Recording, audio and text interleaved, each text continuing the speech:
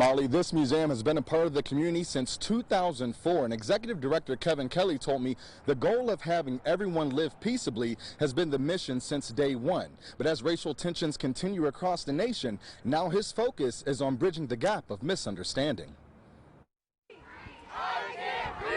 We've been in complete support of Black Lives Matter and the protests that have happened downtown and other areas. I'm thrilled to see that it's not just a downtown Dayton protest, that people have moved out into the suburbs. With many communities across Miami Valley involved in peaceful protests for change within the past month, Kevin Kelly told me it is important to bring programs to the area to help share knowledge about racial injustices. The museum has always taken a global stance on a lot of issues, but more importantly, we also look locally. While the museum itself is filled room to room with pictures, artifacts, and quotes like this Hebrew wall mount that reads peace, Kelly said it's even more important to hold online classes to reach folks outside the museum who can't visit.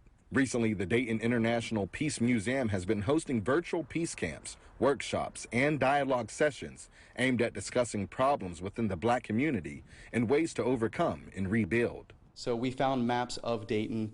We emphasized stories from Dayton and the Miami Valley about the inequity that happened here and the changes that have happened since, but the fact that there's still tremendous need for more change. Kelly says although it may not happen overnight, it's the conversations happening now that will eventually lead to change. The support is much more universal than I think many people would have guessed, and I think that's all a good sign for Dayton and for the country.